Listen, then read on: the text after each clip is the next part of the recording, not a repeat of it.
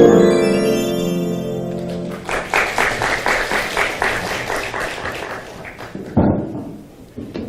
은혜가 풍성하신 하나님 아버지, 예배 가운데 우리를 불러주시고 마음껏 예배케 하시니 감사합니다. 영성의 특성을 통하여서 하나님을 예배하는 것이 기쁨이고 또 나의 평생의 단 한 가지 소원이 주님을 예배하는 것, 주의 날개 그늘 아래 거하는 것이라고 고백하게 하시니 감사합니다. 고백대로 살아가는 것 쉽지 않겠지만 그 살기를 소망하고 다짐하오니 결단하오니 하나님 그런 삶을 잘 살아갈 수 있도록 은혜 더하여 주시옵소서. 오늘 아버지께 나올 때 작은 물질이지만 예물로 가지고 나와 주께 봉헌하여 올려드립니다. 기뻐 받아주시고 주님의 나라와 영광을 위해 사용하여 주시옵소서. 또한 드린 손길마다 복의 복을 더하여 주시고 더 많은 것들을 하나님께 넉넉히 드리고도 풍성한 삶을 살아갈 수 있도록 하나님 물질의 복도 더하여 주시옵소서. 특별히 오늘 둘째 주일이어서 선교 헌금을 드립니다. 선교지에서 애쓰고 힘쓰고 있는 우리 선교 이하등사를 기억하여 주시고 또 그 선교지의 물질이 쓰여질 때 놀라운 하나님의 역사가 나타나도록 일하여 주시옵소서. 또 그 밖에도 우리가 드리는 모든 물질로 인하여서 하나님 주의 교회가 더욱더 든든히 세워져 갈 수 있도록 역사하여 주시옵소서. 감사드리며 존귀하신 예수님의 이름으로 기도하옵나이다. 아멘. 네. 반갑습니다. 오늘도 말씀 한번 확인해 보도록 할까요? 저희 청년부에서는 매주 1년치의 설교 말씀을 미리 드리고 그리고 매주 방송 카드를 드리고 있어요. 지난주 드렸던 말씀은 하나님의 말씀에 의한 생활이라는 주제를 가지고 있는 말씀인데 한번 외워보도록 하겠습니다. 지금 내가 너희를 시작.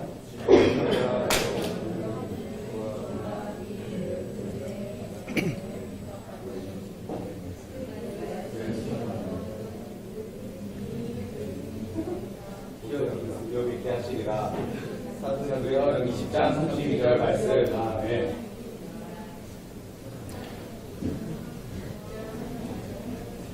네, 성실하게 끝까지 오신 분들에게 감사드립니다.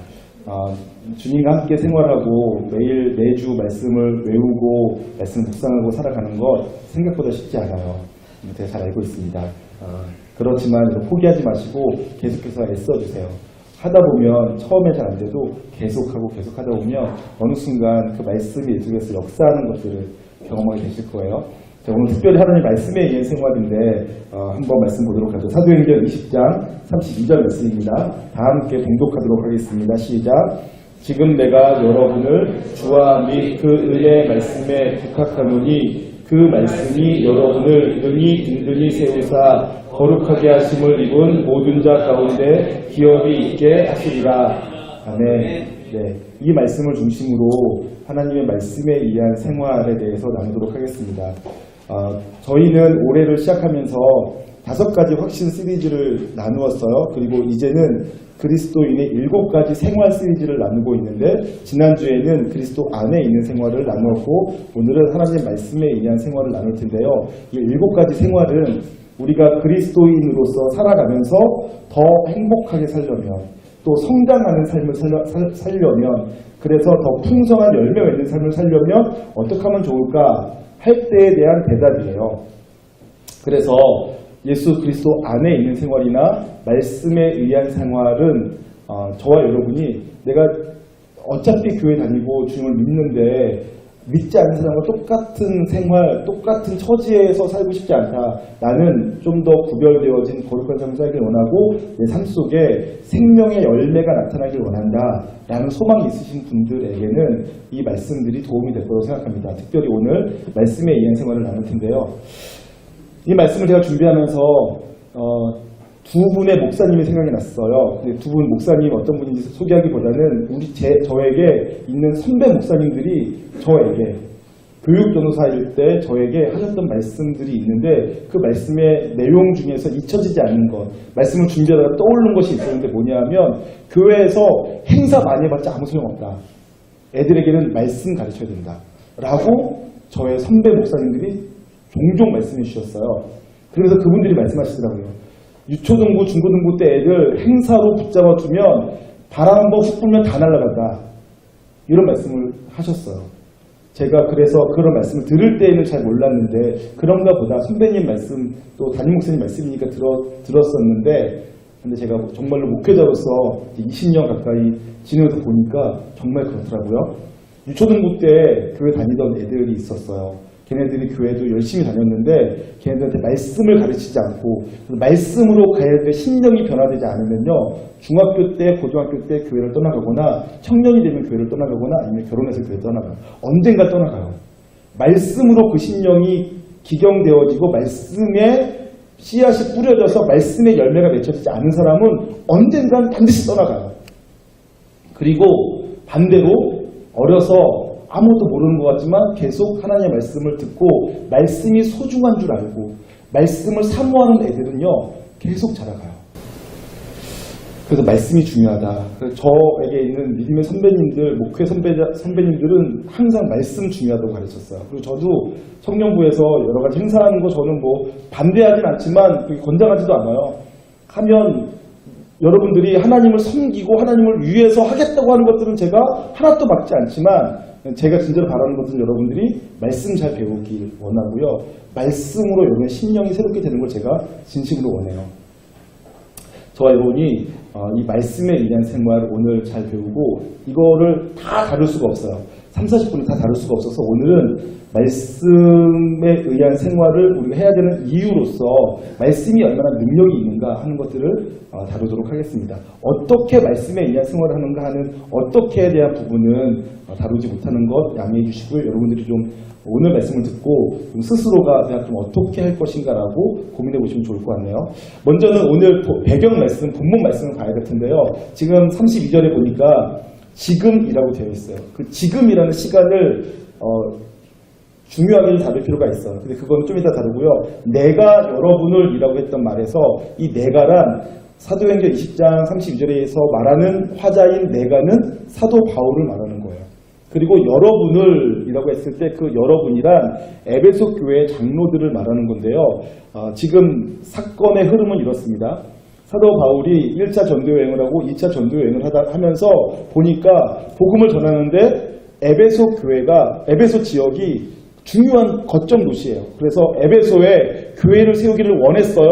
그런데 에베소에 복음을 전하려고 할 때 마게도냐 사람이 손짓하는 환상을 보고 에베소의 복음을 못 전한 채 유럽, 그리스, 마게도냐로 건너가서 마게도냐 지역에서 교회들을 세웠어요. 그러나 사도 바울의 마음속에 에베소 교회를 세우는 게 너무 중요하게 여겨져서 결국에는 에베소 지역에 가서 에베소 교회를 세우고 3년이 넘도록 거기다가 두란노 서원을 세우고 그들을 가르쳤어요.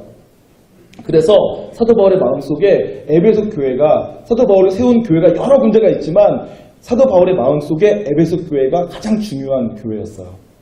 그리고 나중에는 지금은 아니고 나중에 사도 바울이 자기의 영적인 아들 디모데를 에베소 교회에 담임 목회자로 보내요. 그만큼 에베소 교회를 사도 바울이 중요하게 여겼단 말이에요. 그러니까 거기가 선교의 베이스 캠프인 거죠, 말하자면.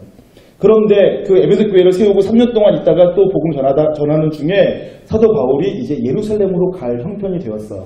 가야만 돼요. 근데 예루살렘에 가는데 예루살렘에는 유대인들이 사도 바울을 호시탐탐 노리고 있어요. 죽이려고. 사도 바울이 예루살렘에 가기는 가야 되는데 모아진 헌금을 가지고 예루살렘에 가서 구제하고 가기는 가야 되는데 가면 죽을지도 모르는 형편이에요. 그래서 사도 바울이 지금 예루살렘으로 가는 길에 배를 타고 그리스 지역에서 배를 타고 예루살렘으로 가는데 그 중간에 에베소 근처에 있는 항구에 에베소 교회 장로들 다 불러 모은 거예요. 미리 사람을 보내서. 그래서 그들과 짧은 만남을 하면서 지금 이 말을 하는 거예요. 지금 내가 예루살렘으로 가면 다시는 너희들 못 볼지도 모른다. 그리고 나는 가면 환난과 핍박이 나를 기다리고 있고 어쩌면 나는 죽을지도 모른다. 그러한 처지. 그게 바로 지금이에요. 지금. 그때 내가 너희들 에베소 교회 장로들인 너희들을 이제 3년 동안 가르쳤는데 내가 볼 때 너희들 아직 부족해. 아직은 좀 더 배워야 돼. 연약해. 그리고 에베소는 사도 바울도 중요하게 여기지만 중요하게 여기는 만큼 그곳에 온갖 문물과 문화가 모여드는 곳이에요. 부패하고 향락이 넘쳐나고 여러 우상이 있는 곳이죠. 그런 곳에 에베소 교회 사람들을 두고 가는 것이 사도 바울에게 불안해요. 그러니까 사도 바울이 그 에베소 교회 장로들을 불러다가 에베소 교회 장로들과 에베소 교회를 맡기는 거예요. 믿을 만한 사람에게. 맡기면 잘 키우고 그 다음에 잘 키울 뿐 아니라 이 스스로 잘 살아갈 수 있게 해줄 만한 사람에게 맡기려고 하는 거예요. 그런데 그럴 사람은 없어요. 그러니까 주와 및 그 은혜의 말씀에 맡긴다라고 하고 가는 거예요. 그렇게 쓰여있죠. 지금 내가 여러분을 주 예수님을 말하는 거죠. 예수님께 맡긴다. 또한 그 은혜의 말씀에 부탁하고 간다. 너희들을. 왜냐하면 그 말씀이 여러분들 에베소 교회 성도들을 든든히 세울 것을 내가 믿기 때문이다. 말씀이 너희를 자라가게 하고 말씀이 너희를 흔들리지 않게 하고 말씀이 너희를 강하게 할 것을 내가 믿기 때문에 너희를 이제 이 에베소 지역 그 부패하고 또 우상이 가득한 그 지역 가운데 너희들을 두고 가면서 내가 너희를 말씀에 맡기고 간다. 왜냐하면 말씀이 너희를 든든히 세울 것을 내가 믿기 때문에. 그리고 말씀이 있으면 분명히 그 말씀이 너희들에게 기업이 있게 하실 것이기 때문에 그렇다. 기업은 뭘까요? 어렵게 생각할 수 있는데 사실은 그런 거예요. 먹고 살 수 있게 해준다는 뜻이에요. 기업이 있다고 한다는 것은. 예루살렘에게 땅이 농토가 기업이었죠. 하나님께서 이스라엘 모든 사람에게 다 농지를 주셨어요. 기업을 주신 거예요. 뭐 하려고요? 의식주 해결하고 살라고요. 먹고 사는데 시장 없게 하려고요. 남에게 빌어먹지 않게 하시려고요. 근데 그런 것들을 기업이라고 하는 거예요. 하나님께서 우리 모두가 행복하게 살기를 바라시는데 행복하게 살려면 기본적으로 의식주는 해결되어져야 돼요. 그것을 하나님의 돌보심이라고 하죠. 하나님은 우리를 돌보시는 분이세요. 자, 그래서 지금 사도 바울이 에베소 교회 장로들을 불러다가 지금 주와 및 그 은혜의 말씀에 부탁하는 거예요. 왜냐하면 그 말씀이 사람들을 세워서 강하게 하고 그 다음에 거룩하신 우리 무리들 가운데에서 기업이 있게 하기 때문에 그렇다. 말씀이 이렇게 한다는 얘기예요. 말씀이 사람을 살리고 말씀이 사람을 세우고 말씀이 우리에게 기업이 있게 해요. 그렇기 때문에 말씀이 중요한 거죠. 사도 바울은 그래서 오늘 이렇게 얘기하면서 너희들이 말씀에 의한 삶을 살았으면 좋겠다. 말씀이 너희를 훈련하고 가르치는 삶을 살면 좋겠다. 이렇게 얘기하고 있는 것입니다. 자, 그렇다면 도대체 말씀에 어떤 능력이 있기 때문에 이렇게 사람을 든든히 세우고 또 말씀에 어떤 능력이 있기 때문에 말씀이 우리에게 기업이 있게 하는가 하는 것들을 지금부터 4가지를 살펴보도록 할게요. 더 많이 있지만 오늘 4가지를 나눌 텐데요. 첫 번째로 말씀이 갖고 있는 능력이 있는데 그것은 우리를 살리는 능력이에요. 우리를 강하게 하는 능력입니다. 시편 19편 7절과 8절 말씀에 보면 이렇게 나와 있어요. 여호와의 율법은 완전하여서 우리의 영혼을 소성시킨다. 그리고 여호와의 증거는 확실하여서 우둔한 자를 지혜롭게 한다. 또 여호와의 교훈은 정직하여서 우리의 마음을 기쁘게 한다. 또 여호와의 계명은 순결하여서 우리의 눈을 밝게 한다. 이렇게 나와 있어요. 여호와의 율법, 증거, 교훈, 계명이라고 표현되어 있는 그 하나님의 말씀이 어떠한 능력이 있느냐? 우리 영혼을 소성시켜요. 지쳐있고 메말라있고 그 다음에 죽어가던 영혼을 다시 일으켜 세우고 활기 있게 하고 살아나게 하는 것이 여호와의 율법이라는 거예요. 그리고 증거는 확실하기 때문에 우둔한 자를 지혜롭게 한대요. 교훈은 정직하여서 마음을 기쁘게 하고 우리의 눈을 밝게 한다는 거죠. 이러한 능력이 말씀의 능력이에요. 말씀이 여러분을 그렇게 바꿔가요. 말씀이 여러분 속에서 역사하면 이렇게 영혼을 소생시키고 또 우리를 지혜롭게 하고 우리의 마음을 기쁘게 하고 또 우리로 하여금 우리의 눈을 밝히 보이게 하는 거죠. 믿으시길 바랍니다. 그래서 이사야서에서는요 이런 표현이 있어요. 하늘에서 내리는 눈과 비가 하늘에서 내리는데 그 눈과 비가 그냥 다시 하늘로 돌아가는 줄 아느냐? 그렇지 않다. 눈과 비가 내리면 땅에 스며들어서 땅에서 곡식이 자라나게 한다.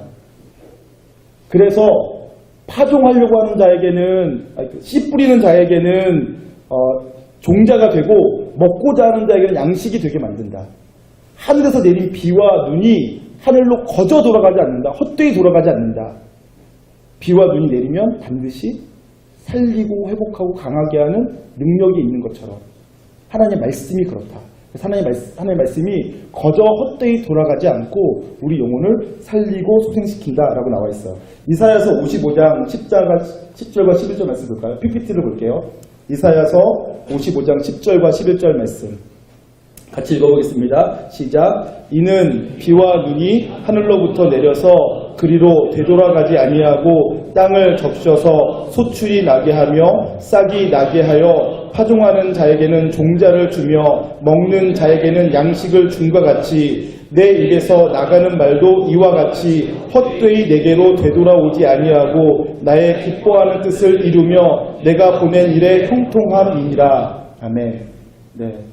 눈과 비가 허무하게 사라지거나 다시 그냥 증발되기만 하는 것이 아니라 땅에 내려서는 소생케 하고 곡식이 자라가게 하고 그래서 필요한 자에게 종자가 되기도 하고 양식이 되기도 하는 것처럼 하나님의 말씀이 우리 삶에 뿌려지면 헛되이 돌아가지 않고 그것이 속에서 역사하기 시작한다. 그래서 우리를 살리고 하나님께서 기뻐하시는 뜻을 이루어가게 하고 그 다음에 우리의 하나님의 뜻이 우리 속에서 이루어져 가게 하세요. 그것이 말씀의 능력입니다. 여호와의 말씀이 그런 능력이 있으신 줄 믿고 여호와의 말씀이 여러분과 저의 심령 속에 심겨지고 뿌려져서 그것이 나를 살려내는 것, 나를 온전케 하는 것들을 경험하게 되길 주님으로 축복합니다. 그런가 하면 말씀의 능력이 있는데요. 두 번째 능력은 우리 자신을 돌아보게 해요. 저는 예전에 말씀을 읽을 때 말씀 어떤 교회에서 만들었던 포스터였던 것 같아요. 내가 말씀을 읽을 때 말씀이 나를 읽는다. 이런 글귀를 제가 본 거예요. 성경 통독 포스터였는데 내가 말씀을 읽을 때 말씀이 나를 읽는다. 근데 그 문구를 볼 때 제가 그때 처음 봤을 때 제가 깜짝 놀랐어요. 왜냐하면 제가 거기에 그 말씀 보자마자 맞아 그렇다 하고 100% 동의가 됐기 때문에 그래요. 제가 말씀을 읽을 때요. 어렸을 적에 중고등학교 때에는 말씀을 읽을 때 그냥 읽어야 되니까 읽었고 읽으면서 별로 감동이 없었어요. 그러다가 어느 날 제가 신학교에 들어가서 말씀을 조금 더 진지하게 대하기 시작했고 말씀을 정말 하나님의 말씀으로서 그러니까 성경을 하나님의 말씀으로 제가 듣기 시작했어요. 그때부터 제 마음속에 여러 가지 문제가 생기더라고요. 제가 주님께 질문하기 시작했어요. 혹은 반항하기 시작했죠. 주님 이 말씀은 도대체 무슨 말인지 모르겠어요 라고 반항하기 시작했고 이런 말씀은 들을 수가 없어요. 제가 해낼 수가 없어요. 이거는 저만 아니라 누구도 못할걸요? 제가 이렇게 계속 반항하기 시작했어요. 말씀을 제가 진지하게 대하니까 안 되겠는 게 너무 많은 거예요. 그리고 안 믿겨지는 것도 너무 많았어요. 그러면서 제가 알게 되었어요. 내 신앙이라는 게 요 정도구나 하고요. 전에 중고등학교 때 그냥 말씀을 나와 상관없는 말씀, 그냥 귀한 책, 경전으로만 대했을 때에는 그 말씀은 무조건 맞는 말씀이고 그 말씀에 대해서는 아무런 반항이나 또 혹은 뭐 말씀에 대해서 질문할 수 없다라고 생각할 때 그래서 무조건 맞다라고만 생각할 때에는 나와 다른 말씀이어서 그 말씀은 말씀대로 맞는 거고 나는 나대로 살았었는데 그 말씀이 이제 하나님의 말씀으로서 지금 내게 하신 말씀을 들으니까 그때부터 내가 얼마나 말씀에 불순종하는 사람이었는지 알게 됐어요. 그 전에는 주님 제게 말씀만 하옵소서 제가 순종하겠나이다. 이렇게 고백했었는데 제가 순종할 수 없는 저를 발견하기 시작한 거죠. 주님 이제 그만 좀 말씀해 주세요. 지금도 벅차요. 지금까지 내가 해야 되는 것만 해도 너무 벅차는데 또 말씀하시면 저는 더 이상 못해요. 제가 이러고 있는 거죠. 이러한 저를 발견하기 시작하는 거예요. 말씀이 저를 읽어요. 말씀을 읽다가 갑자기 눈물 팡 터지는데 왜 그러냐면 과거에 내가 잘못했던 것들이 떠오르고 혹은 과거에 내가 억울했던 일들이 떠오르고 말씀이 저를 계속 찔러 아프게 하는 거예요. 내가 말씀을 읽었는데 도리어 말씀이 나를 읽기 시작하더라고요. 그리고 말씀이 나를 드러내요. 내가 얼마나 못난 사람인지 내가 얼마나 교만했는지, 내가 얼마나 형편없는 사람인지를 말씀이 드러나게 해요. 그래서 비로소 내가 하나님 앞에서 은혜 없이는 살 수 없는 존재구나 라는 것들이 조금씩 알게 되는 거죠.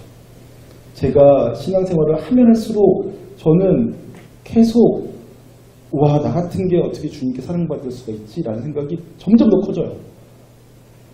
말씀이 저를 계속 후벼 파요. 그래서 미치겠어요. 어쩔 때는 막 죽겠어요. 말씀 앞에 제가 몸둘 바를 모르겠어요. 말씀을 읽을 수가 없어요. 가슴이 너무 아파서, 너무 힘들어서, 말씀이 저를 괴롭혀서. 그게 말씀의 능력이에요. 말씀이 저를 수술해요.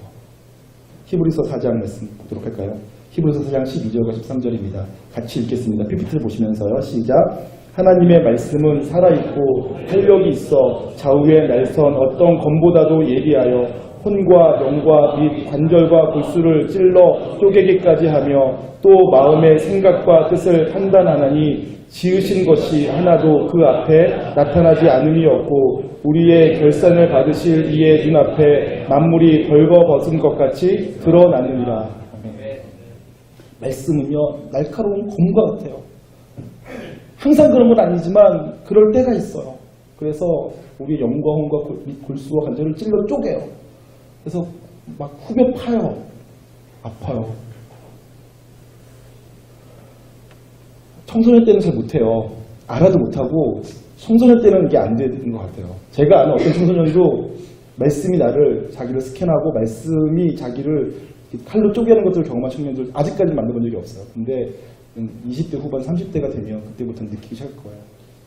말씀이 나를 찔러서 쪼개고 나를 수술하고 있다는 것들.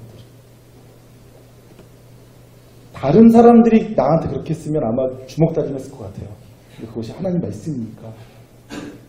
말씀이어서 반항도 못하고 그 앞에 그냥 수술 받는 거예요. 진통제도 없이 그냥 수술 받는 그런 느낌이죠. 그래서 여러분들도 그런 경험 있으신 분 혹시 몇 분 계실 텐데요. 방바닥을 떼굴떼굴 굴러요. 혹은 방바닥에 엎드려가지고는 서너 시간 동안을 꼼짝을 못해요. 그 마음이 너무 아파서. 저는 특별히 죄가 더 많아서 그래요. 그래서 하나님께서 저를 말씀으로 수술하실 때에는 너무 괴로워요. 안타까운 것은 아직도 수술할 게 많이 남아서 그 걱정이에요. 근데 여러분들도 그런 경험하시면 좋을 것 같아요. 하나님의 말씀이 여러분 심령에 심겨지는데요. 때로는 우리의 영혼을 소성시키지만 때로는 우리 안에 부서져야 할 부분들을 부서뜨리세요. 깨져야 할 부분들을 깨뜨려 버리세요. 내가 말씀 앞에 진지하게 반응하기 시작할 때, 내가 말씀을 정말 하나님의 말씀으로 알고 그 말씀에 내가 순종하고자 할 때 안 되는 나를 발견해서 그 안 되는 나 때문에 괴로워하고 그것이 어떻게 가능한지 몸부림치게 되고 도저히 안 되는 걸 깨닫고 그냥 마음대로 하세요. 주님 그냥 손붙잡고 갈 테니까 주께서 저를 이끌고 가져 버리세요. 줘보세요. 하면서 기다릴 수밖에 없는 그런 상황들을 계속 만나게 되는 거죠. 말씀이 저와 여러분을 드러나게 합니다. 얼마나 가증한 인생인지, 얼마나 더러운 인생인지, 얼마나 연약한 인생인지, 얼마나 또 헛된 인생인지 드러나게 만들어요. 말씀의 능력입니다. 그런가 하면 말씀이 우리로 하여금 어떻게 살아가야 되는지를 또한 알려줘요. 말씀의 세 번째 능력은요. 말씀이 우리로 하여금 내가 살아가야 될 길을 알려주고요. 또 내가 그 길에서 벗어났을 때 벗어났다고 알려주고요. 벗어난 그 길에서 어떻게 되돌아와야 되는지를 알려주고요. 이 길을 어떻게 계속 잘 갈 수 있는지를 알려줘요.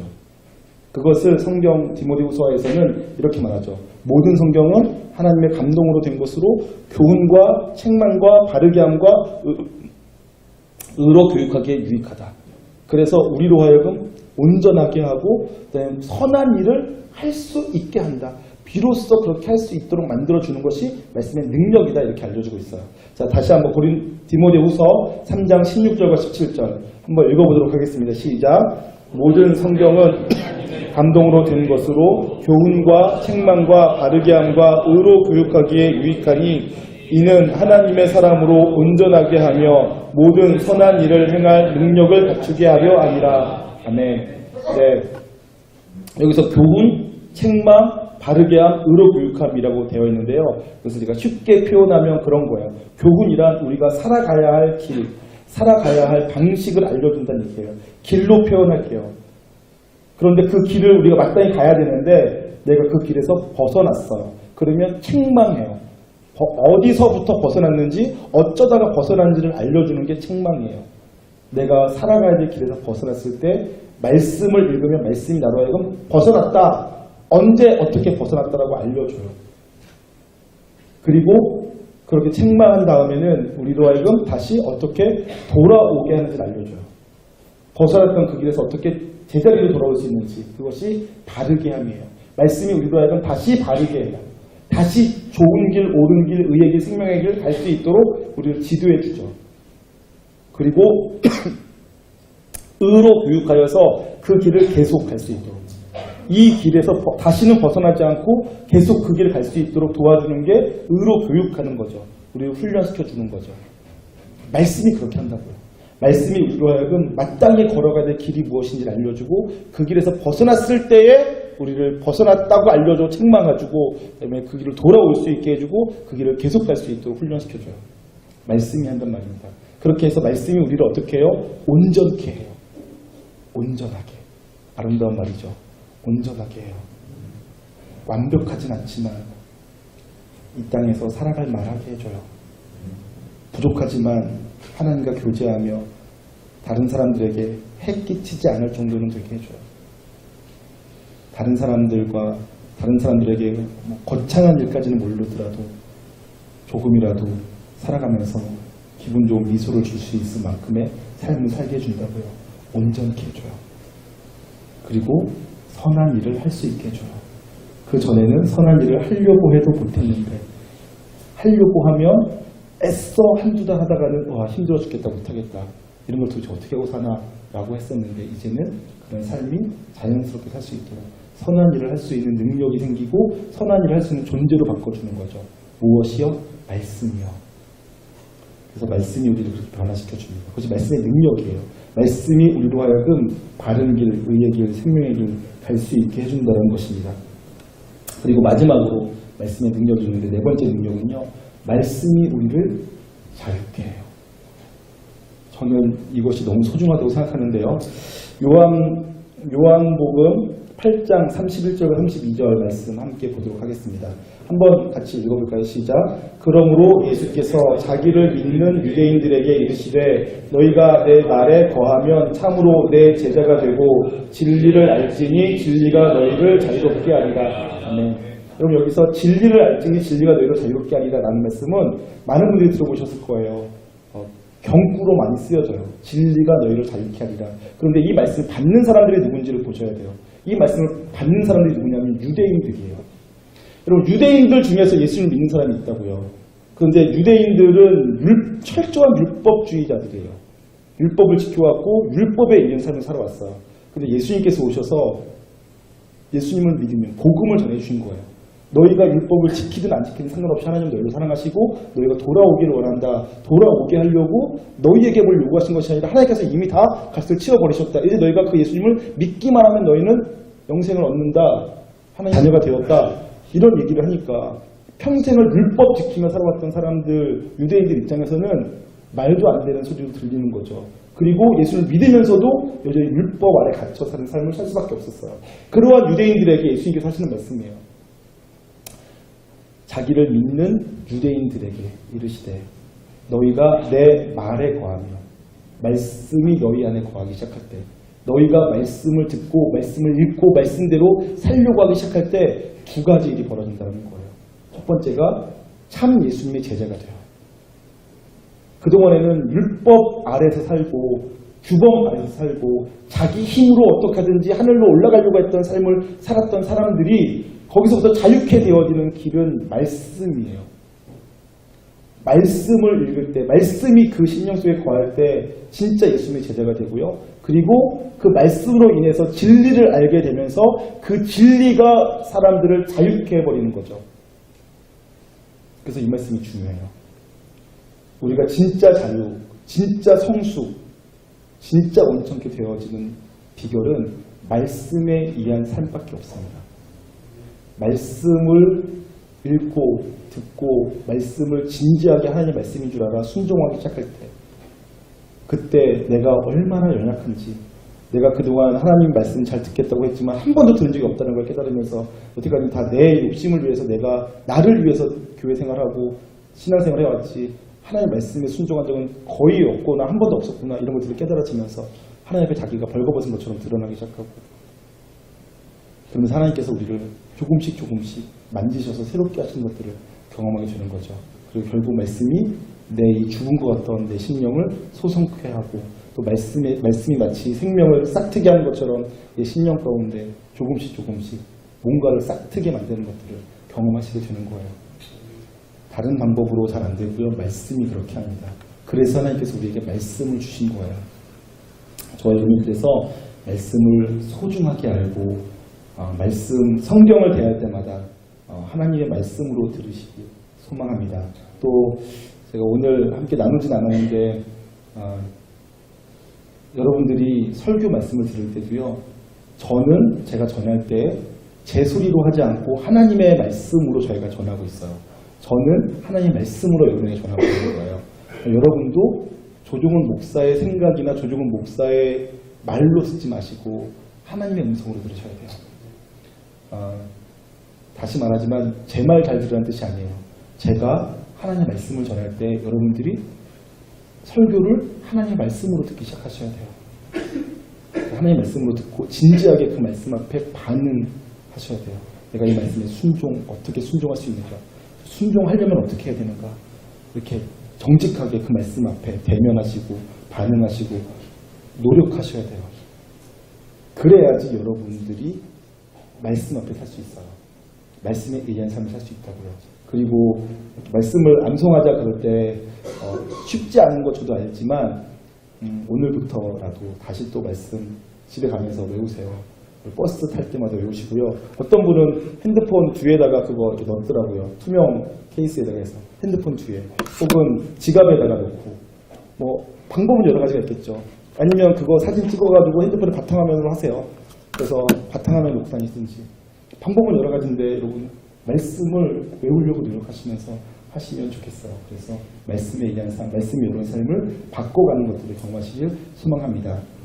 교회 와가지고 좋은 멋진 형제, 멋진 자매가 있어서 교회 다니는 친구들은 멋진 형제, 멋진 자매가 결혼하면 교회 떠나요.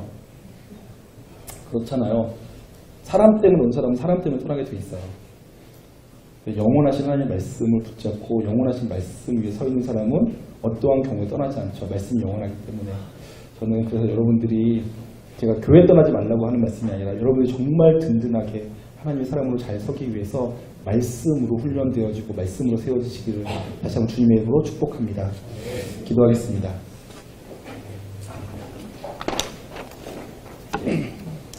사랑과 은혜가 풍성하신 하나님 아버지, 하나님의 말씀이 얼마나 소중한지는 잘 알고 있습니다. 그러나 그럼에도 불구하고 말씀대로 살지 못하고 말씀을 가까이 하지 못한 듯 할 때가 너무나 많았었는데, 하나님, 이제 다시 하나님 말씀에 의한 삶을 살기로 다짐하고 결단하오니 우리를 주장하여 주시고 우리로 하여금 하나님 말씀이 우리 속에서 역사하는 것들을 경험할 수 있게 하여 주시옵소서. 감사드리며 존귀하신 예수님의 이름으로 기도합니다. 아멘. 네, 참가마운 내 친구 찬양하도록 하겠습니다.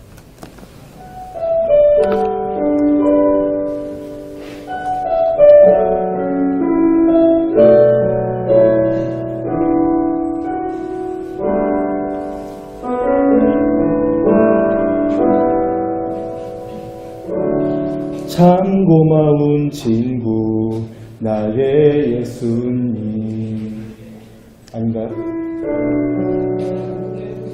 이 쉬운 질그릇과 같으나 때론 낙심해도 포기치 않으는, 낙심해도 포기치 않은 예수의 생명이 내 안에 있기에. 다시 한번, 참 고마운 친구 나의 예수님.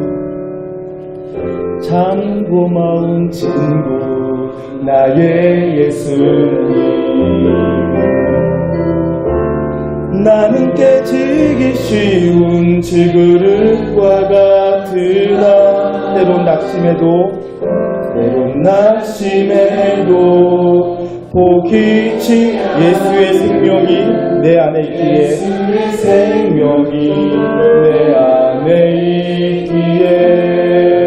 내 삶의 동행자 나의 예수님 내 삶의 동행자 나의 예수님 나는 기대가 없는 어린 나귀 같으나 나는 기대가 없는 어린 나귀 같으나 늘 쓰러져도 다시 일어남도 늘 쓰러져도 다시 예수의 생명이 내 안에 있기에 예수의 생명이 내 안에 있기에 나의 약함은 나의 자랑이요 나의 약함은 나의 자랑이요 나의 실패는 나의 간증 나의 실패는 나의 간증이 나의 아픔은 나의 영광이니 나의 아픔은 나의 영광 그 부르심 따라 내가 걸어가리라 나 가난함은 나의 상급이요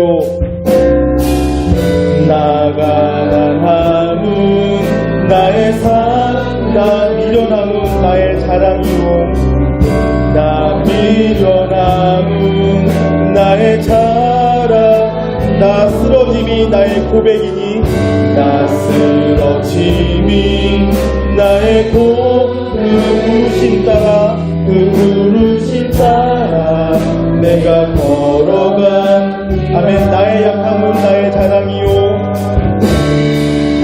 나의 약함은 나의 자랑 나의 실패는 나의 간증이요 나의 실패는 나의 간증이요 나의 아픔은 나의 영광이니 나의 아픔은 나의 영광 그 부르심 따라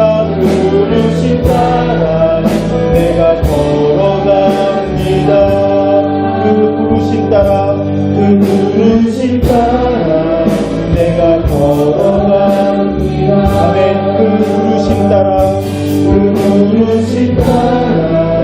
내가 걸어갑니다 한 번 더 기도하겠습니다.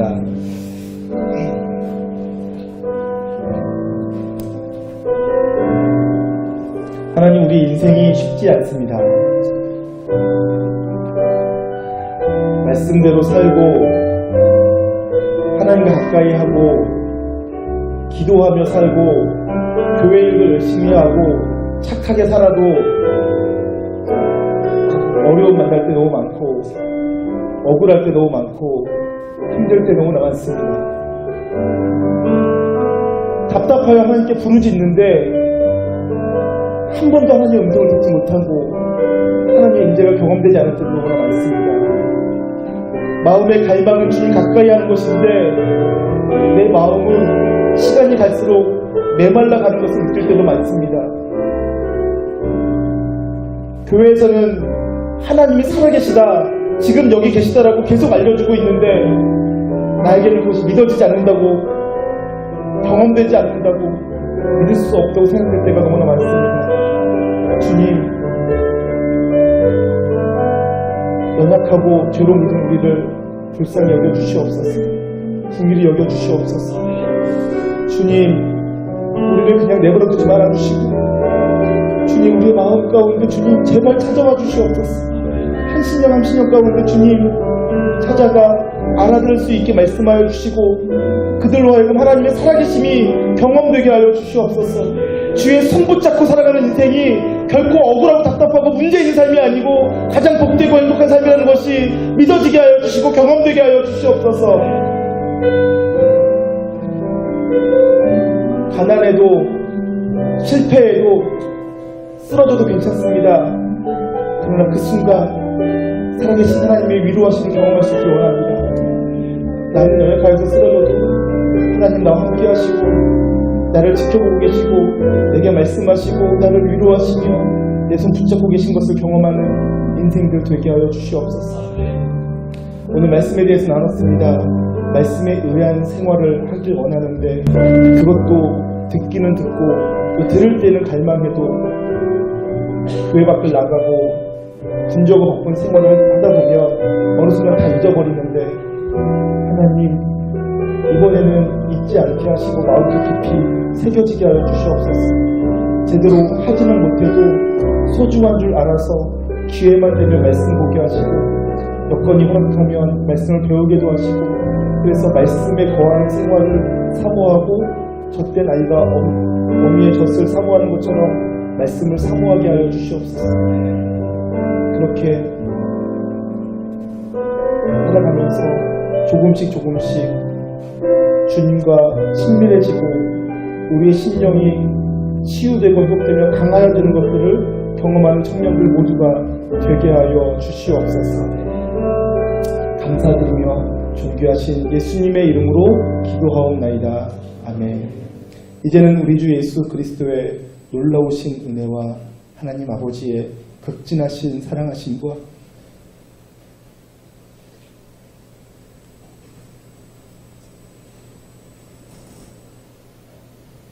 성령님의 감동하신 역사가 이곳에 있는 모든 무리들 가운데 이제로부터 영원토록 함께 있을지어다.